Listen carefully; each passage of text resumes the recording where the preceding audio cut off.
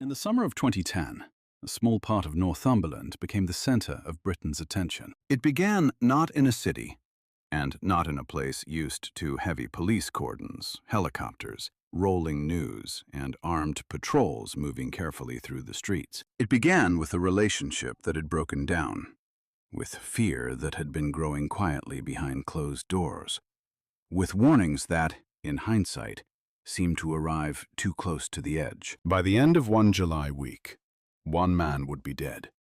Two people would be seriously hurt. A police officer's life would be changed forever. And a village, usually known for its calm river, stone buildings, and surrounding countryside, would become the last place in a search watched by millions. For several days, the public followed every update. A sighting near a shop, a campsite found in the woods, a phone call, a letter, a possible movement in the dark. The man being hunted was armed, angry, and unpredictable. Police believed he had already shown a willingness to target people he knew, and then people he connected with authority. The countryside that normally gave peace and privacy now became a place of uncertainty. Officers searched fields, farms, riverbanks, and roads. Families stayed inside. Reporters gathered near police lines. Helicopters passed overhead. And every hour seemed to carry the same question. Where was he? This is the story of the hunt for Raoul Moat. Welcome back to the channel. Tonight, we're taking a careful look at a real British true crime case that unfolded over one tense week in July 2010. This is a calm, true crime story for sleep, so the pacing will remain slow, the language will stay respectful, and the focus will be on the documented facts, the people affected, and the lasting questions around how the case was handled. There will be no graphic descriptions. When violence is mentioned, it will be handled briefly and with care. So settle in, let the room grow quiet. And we'll begin in the northeast of England, where a personal crisis became one of the most widely followed police operations in modern British history. Raoul Thomas Moat was 37 years old in July 2010. He had lived in the Newcastle and Gateshead area and had worked at different times as a nightclub doorman, a tree surgeon, and a bodybuilder. People who knew him described different sides of him. Some saw him as physically imposing. Some knew him as controlling and volatile. Others, particularly in the later public discussion, tried to frame him as a damaged or misunderstood man. But the facts of the case are clear. In July 2010, Moat's choices caused devastating harm to innocent people. At the center of the early part of the story was Samantha Stobbart, his former partner. She was 22 years old at the time. She and Moat had a young daughter together, and their relationship had ended. Samantha had begun seeing Chris Brown, a 29-year-old karate instructor who had moved to the area from Berkshire. Chris was not a police officer, though that detail would become tragically important. Moat had recently been in Durham prison. He had served a short sentence connected to an assault. Before his release, prison staff warned Northumbria police that he might intend to harm Samantha. That warning is one of the details that has remained important in later discussions of the case, because it raised questions about what could have been done and when. Moat was released on Thursday, July 1st, 2010. Within 2 days, the situation that some had feared would become real. The setting was Birtley, a town in Gateshead. Samantha and Chris were at a house. It was the early hours of Saturday, July 3rd. Moat arrived nearby, carrying a firearm. In the hours before the first attack, he had already been building a story in his own mind. He believed he had been wronged. He believed people had taken things from him. He believed that Chris Brown was connected to the police. That belief was not true, but in Moat's mind, it became part of a larger grievance. He saw police as enemies. He saw Samantha's new life as an insult. And he appeared to interpret rejection as something to punish. This is one of the quiet, unsettling lessons of the case. The danger was not sudden in the sense that it came from nowhere. There were warning signs. There was fear. There had been threats. There was a known history of volatility. But even when warning signs exist, preventing violence can depend on timing, communication, resources, judgment, and the willingness to treat threats as urgent before they become action. In Bertley, the moment for prevention had nearly passed. In the early hours of July 3rd, 2010, Chris Brown was killed, and Samantha Stobbart was seriously injured. Police quickly understood that they were not dealing with an ordinary emergency. The person believed responsible had fled. Chris had been a new partner, a visitor in a life that Samantha was trying to rebuild. He became the first fatal victim in a case that would soon expand far beyond one street. Samantha survived, though the attack left lasting physical and emotional consequences. Moat left the scene. He was armed. He was mobile. And soon, police were trying to understand not only where he was, but who else might be at risk. The next phase came less than a day later. In the early hours of July 4th, Police Constable David Rathband was sitting in a marked police vehicle near East Denton, close to Newcastle. He was not investigating Moat directly at that moment. He was a traffic officer, doing his job during a night shift. Moat approached and attacked him. PC Rathband survived, but he lost his sight. He later became a public figure because of what had happened to him and because of the way he tried to rebuild his life afterward. He founded the Blue Lamp Foundation, intended to support emergency workers injured in the line of duty. But survival did not mean the harm ended. The consequences followed him, his family, and his colleagues long after the manhunt was over. By now, the case had changed shape. It was no longer only a search for a man suspected of attacking his former partner and killing her new partner. It was now a search for someone believed to be targeting police as well. Moat made threats. He communicated with police and others. He claimed he had been mistreated. He presented himself as a man pushed too far. But those claims did not change the reality that innocent people had been harmed. This matters because in the days that followed, the public reaction became complicated. Some people treated Moat as an anti-hero. Some created online pages supporting him. Some framed the story as one man against the authorities. But the facts resist that kind of simplification. Chris Brown did not deserve to die. Samantha Stobbart did not deserve to be harmed. David Rathband did not deserve to be attacked while doing his job. The families involved did not deserve to watch their private pain become a rolling public spectacle. And the communities of Gateshead, Newcastle, and Northumberland did not deserve to live through days of uncertainty because one man chose violence. The search for Raoul Moat became one of the largest police operations Britain had seen in modern times. Reporting from the time described armed officers, helicopters, police dogs, road checks, and specialist resources brought into the northeast as the search widened. ITV later summarized the operation as involving sniper teams, around 160 armed officers, helicopters, dogs, and armored vehicles. The geography mattered. Northumberland is beautiful, but in a search like this, beauty becomes complexity.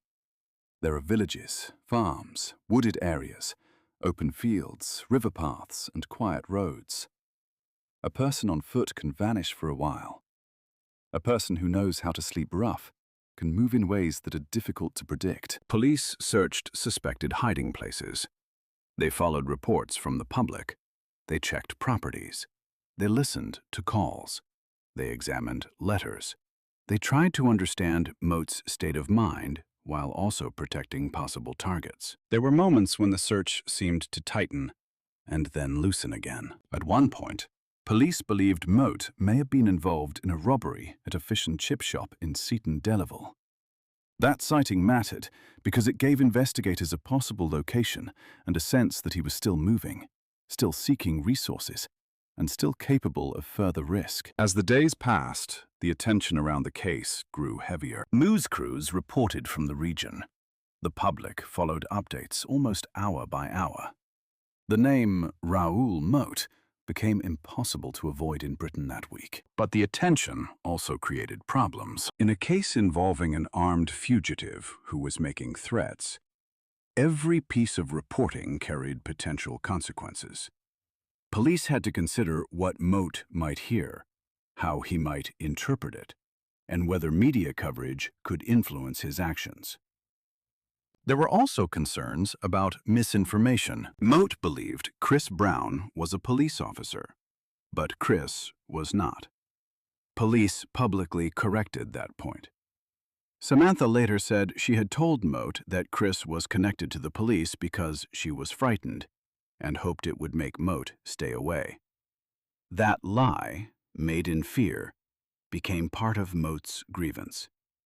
It did not justify anything he did, but it helps explain how one false belief became dangerously fixed in his mind. During the search, officers also looked at whether others had helped Moat. 2 men, Carl Ness and Kuram Awan, would later be convicted in connection with the case. In March 2011, Ness received a life sentence with a minimum term of 40 years, while Awan received a life sentence with a minimum term of 20 years for offenses connected to the manhunt and attacks. Their involvement is important because the case was not only about one man disappearing into the countryside. It also involved questions about assistance, planning, access to supplies, and the ways other people can help violence continue, even when they are not the central figure. By July 6th, the search had focused heavily on Rothbury. Rothbury is a small village in Northumberland, set near the River Cockay. It is the kind of place people often associate with quiet holidays, walking routes, stone cottages, and peaceful countryside. During the manhunt, that calm changed. Residents saw armed police. Roads were checked. People were told to be alert. Schools and local routines were disrupted.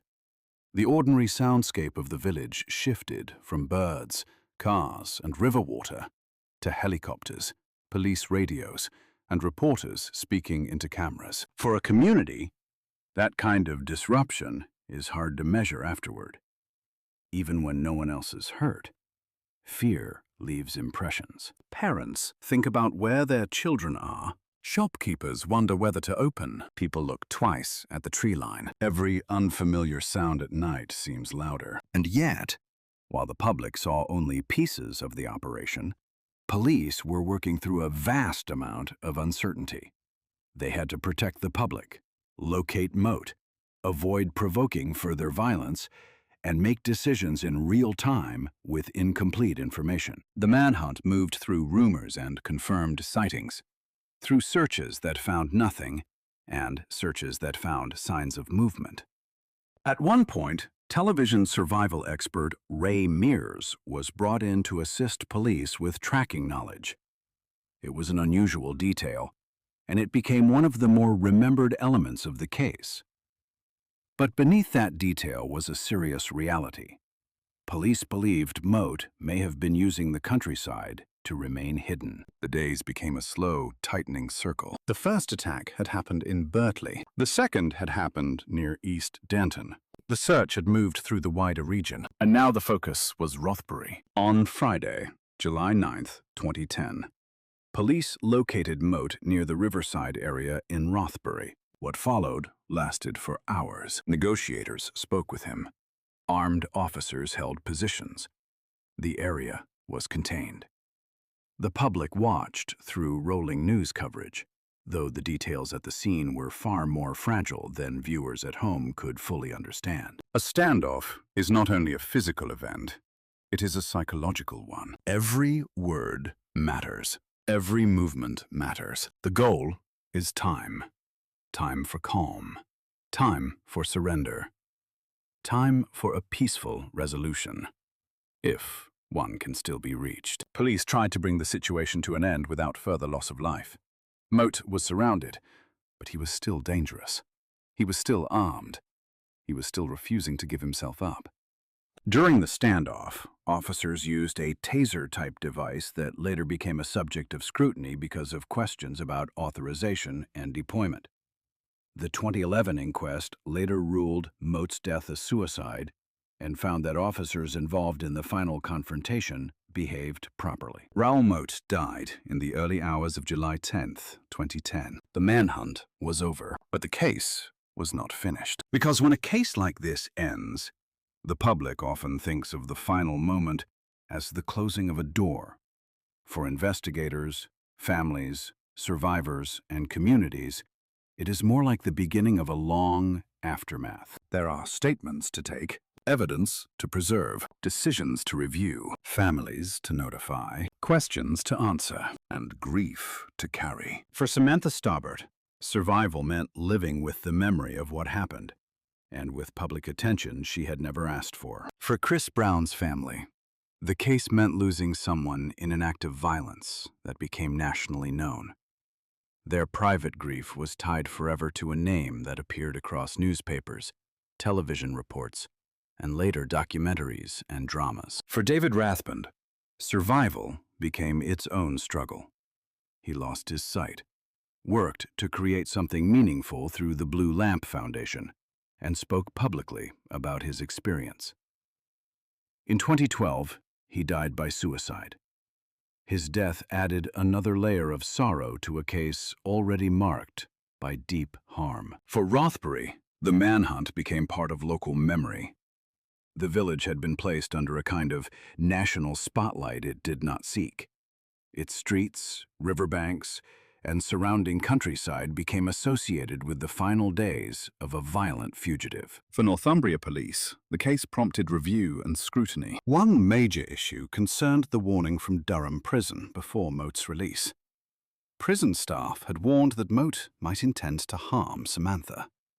Northumbria police later referred the matter to the Independent Police Complaints Commission. Another issue concerned the use of the taser-type device during the final standoff. The details were examined later, and public debate followed around whether the equipment had been properly authorized. The inquest verdict, however, concluded that Moat's death was suicide, and that the officers at the scene had behaved properly. Then there was the wider public reaction. In the days after Moat's death, some people expressed sympathy for him online. This caused anger and distress, especially among those who felt the focus should remain on the victims. That debate still matters. True crime can sometimes drift toward fascination with the person who caused the harm. Their name becomes the title. Their photo becomes the thumbnail. Their words get repeated.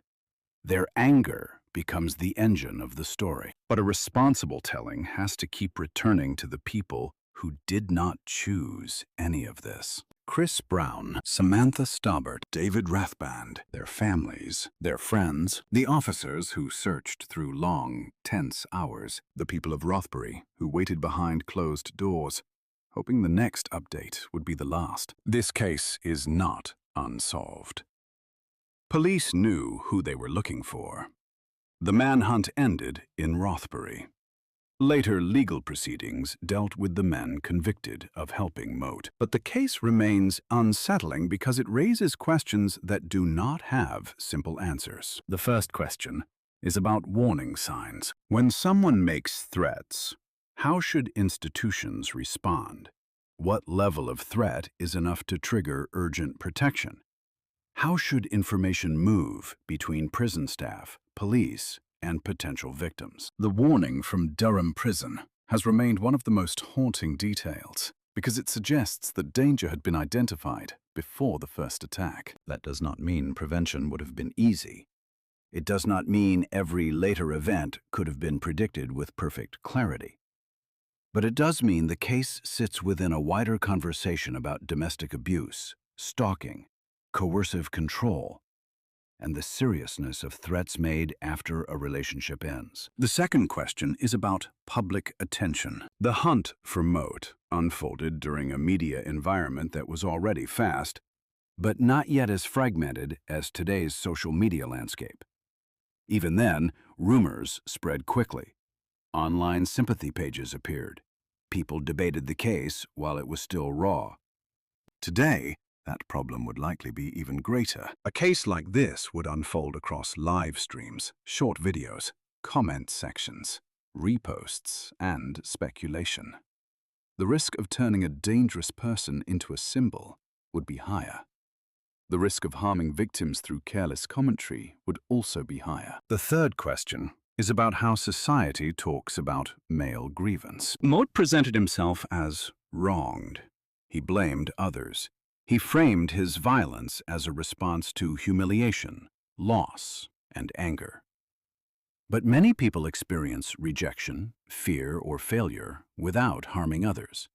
The difference lies in entitlement, control, and the decision to turn pain outward. A calm telling of this case should not make Moat mysterious or legendary. It should make the pattern clearer. A relationship ended, a woman tried to move on, a man refused to accept that, and innocent people paid the price. The fourth question is about trauma after survival. Samantha survived. David Rathband survived the initial attack. But survival is not the end of harm. Trauma can continue quietly.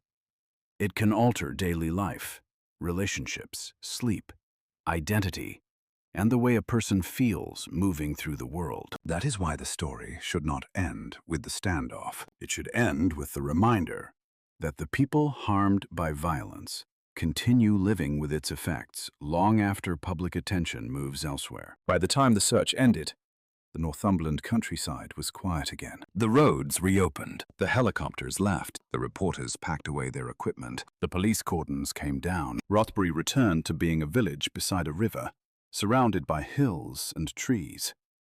But places remember. A street remembers the night everything changed. A police vehicle becomes part of a family's history. A riverside becomes linked to the final hours of a national manhunt. And names that once belonged only to private lives become attached to public tragedy. Chris Brown was more than the first victim in a famous case. He was a son, a friend, a partner, and a man with a life ahead of him. Samantha Stobbart was more than a survivor in a headline. She was a young woman who had tried to move forward and was met with violence. David Rathband was more than the police officer attacked during the manhunt. He was a father, a colleague, and a man who tried to turn personal devastation into support for others. The hunt for Raoul Moat is remembered because it was dramatic, frightening, and widely watched. But it should be understood because it was human. It was about warnings, fear, control, public pressure, police decision-making, media attention, and the lasting damage caused when one person decides that his anger matters more than other people's lives. The quiet lesson is not hidden in the final standoff. It is there much earlier, in the threats, in the fear, in the missed chances, in the people who were trying to stay safe before the rest of the country even knew there was a story. And as the night settles over the fields and riverbanks of Northumberland, the case leaves behind a simple, somber truth. Violence does not begin when the cameras arrive, and when the cameras leave, the harm remains. Thank you for listening. This has been a calm, true crime story for sleep, told with respect for the people affected and with care around the facts. As always, take care of yourself, lower the lights, and let the rest of the night be quiet.